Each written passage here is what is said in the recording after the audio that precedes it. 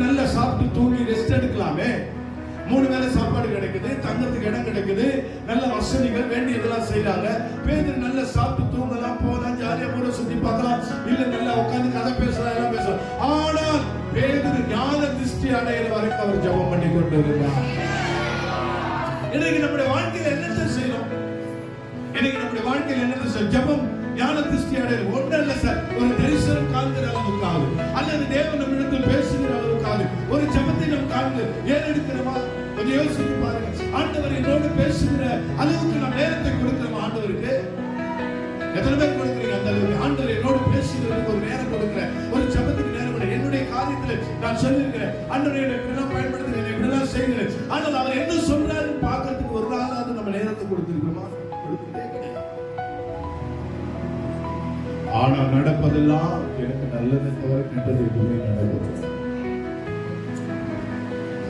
அவர் என்ன சொல்ல வராரு அப்படிங்கிறது கூட காது கொடுத்து கேட்க எனக்கு முடியல. அதனால எனக்கு வாழ்க்கையில பெரிய துன்பங்களை சந்திக்கிறோம். அவர் என்ன சொல்ல வராரு, என்ன குறிச்சு என்ன பேச வராரு அப்படிங்கறத கூட நம்ம என்ன பண்ணல, அது யோசிக்காததுனால இன்னைக்கு சூழ்நிலையில நமக்கு ஒரு கிரிட்டிக்கலா இருக்கு. இன்னும் இருக்கும். இதுல இருந்து தப்பிக்கணும்னா ஒரே வழி, நீ அவருக்கு ஜெபத்துக்கு நேரம்.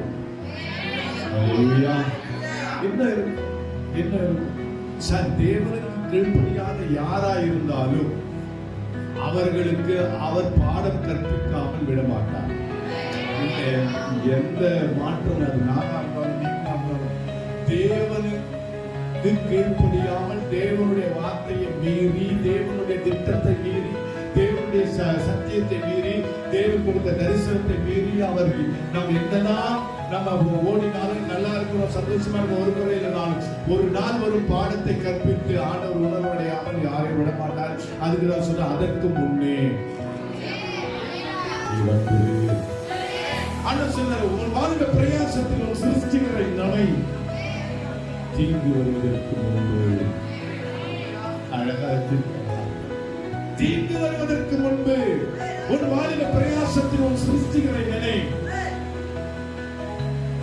தீங்கு ஒன்று காத்திருக்கிறது, பொல்லாப்பு ஒன்று காத்திருக்கிறது, தீமை ஒன்று காத்திருக்கிறது. அதுல நீ அகப்படாதபடிக்கு, நான் அகப்படாதபடிக்கு தான் ஆண்டவர் என்ன செய்கிறார்? என் சமூகத்திலே காத்திருந்து சொல்கிறார்.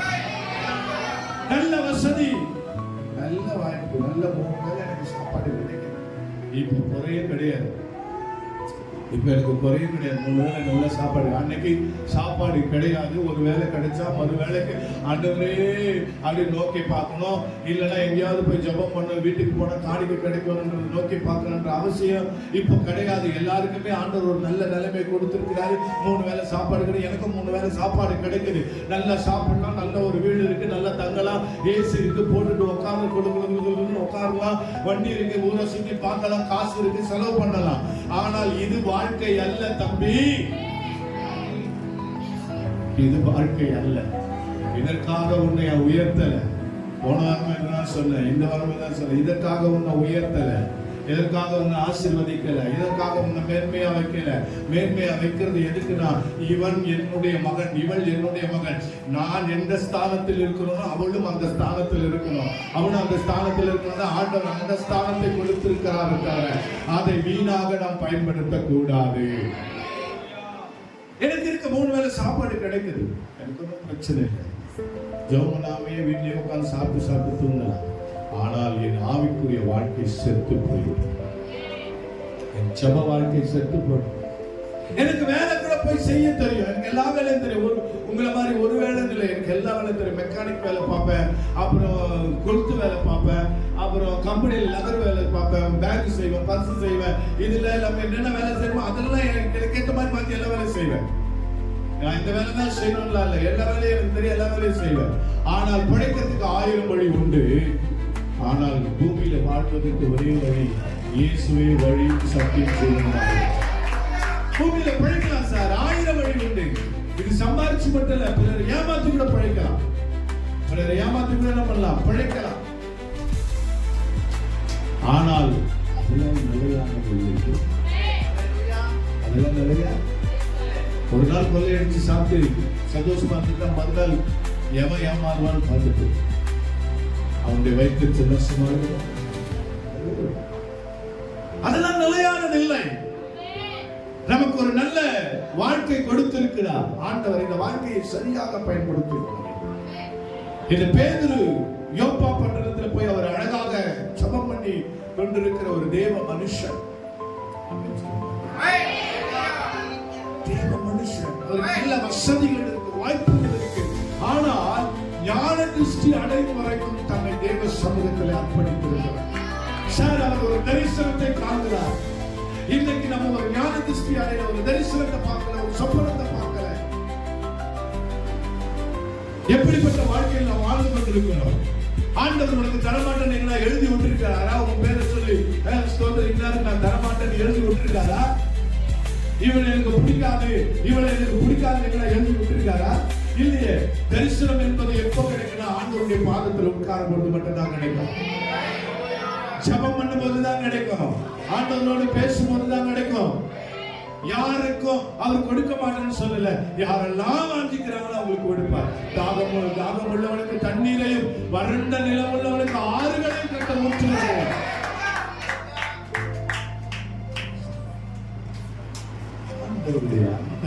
புரிஞ்சுக்கணும். அவர் கொடுமைக்காரரும் இல்லை, கொடூரமானவரும் இல்லை. ஆனா நம்ம புரிஞ்சுக்கிறதெல்லாம் அவர் எனக்கு எதுவும் செய்ய பண்றாரு, எனக்கு எதுவும் பண்ண மாட்டாரு, எனக்கு அப்படின்னா உனக்கு பண்ணலன்னா உன்கிட்ட மிஸ்டேக் இருக்குன்னு அர்த்தம். பக்கத்துல இருக்கிற எனக்கு பண்றாருன்னா நான் ரொம்ப நல்லவன்னு சொல்ல வரல, ஆனா என்கிட்ட ஏதோ ஒரு நன்மை இருக்கு. அதுதான் இதுதான் நம்ம வாழ்க்கையில புரிஞ்சுக்கணும்.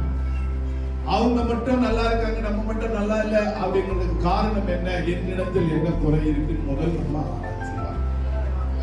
அல்லேலூயா, அல்லேலூயா. பேதுரு ஞான திருஷ்டி அடைகிறார். வானத்திலிருந்து 4 முனைகளை பிடித்துக் கொண்டு பெரிய துப்பட்டி ஒன்று வானத்திலிருந்து இறங்கி வருது.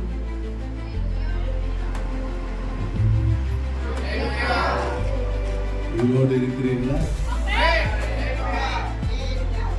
இல்ல ஞான திருஷ்டி ஆயிட்டீங்களா? அல்லேலூயா, அல்லேலூயா. 4 முனைகளை பிடித்துக் கொண்டு வானத்திலிருந்து பெரிய துப்பட்டி இறங்கி வருது.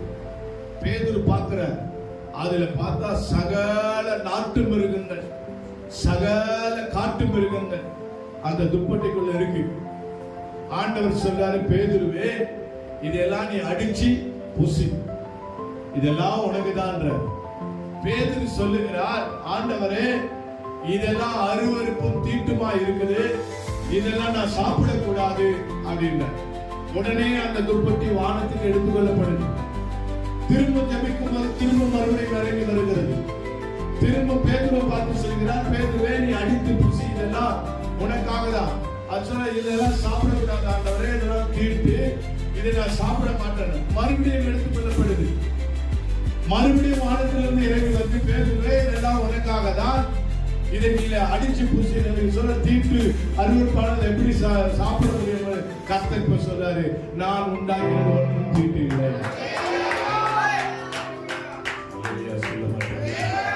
அப்போ என்ன அவர் சொல்றாருன்னா, அந்த மிருகங்களை குறிச்சு மிருகத்தை அடிச்சு புசிக்க சொல்லல அவரு. அது சொல்ல, நான் உண்டாக்கிய மனிதர்கள் யாரும் தீட்டானவர்கள் அல்ல, யாரும் புறமே தள்ளப்பட்டவர்கள் அல்ல, யாரும் நான் பிடிக்காதவர்கள் அல்ல, எல்லாரும் நான் நேசிக்கத்தக்கவர்கள் தான். நீ ஏன் பிரிக்கிற? ஏன் பிரிக்கிற? இந்த காட்சி அவருக்கு கொடுக்கிறதுக்கு காரணமே, இப்ப அவருக்கு ஒரு வேலை ஒன்று ஸ்டார்ட் ஆகும். அல்லேலூயா. உனக்கு எனக்கு தரிசனம் கொடுக்கிறது, சொப்பனம் கொடுக்கிறது, வெளிப்பாடு கொடுக்கிறதெல்லாம் காட்சியை கண்டுட்டு பூட்டி வச்சுக்கிறது இல்ல, பீரோக்குள்ள இல்ல, உன் சிந்தனைக்குள்ள உன் இருதயத்துக்குள்ள பூட்டி வச்சுக்கிறது இல்ல. காட்சியை கண்டவுடன் வேலைகள் ஆரம்பிக்கும். வேலைகள் ஆரம்பிச்சோடனே நீ வேலை செய்ய ஆரம்பிக்க வேண்டும்.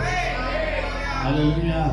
வேலை செய்யாதவன் பூட்டி வச்சவன ஆண்டவர் சொல்றாரு, நீ ஒண்ணுத்துக்கும் உதவாத உண்மையில்லாத ஊழியக்காரனி என்ன பண்ண, அவங்க இருந்து புடுங்கி உள்ளவன் இடத்துல இருந்து புடுங்க, இல்லாத இடத்துல புடுங்கி உள்ளவன் இடத்துல கொடுத்த.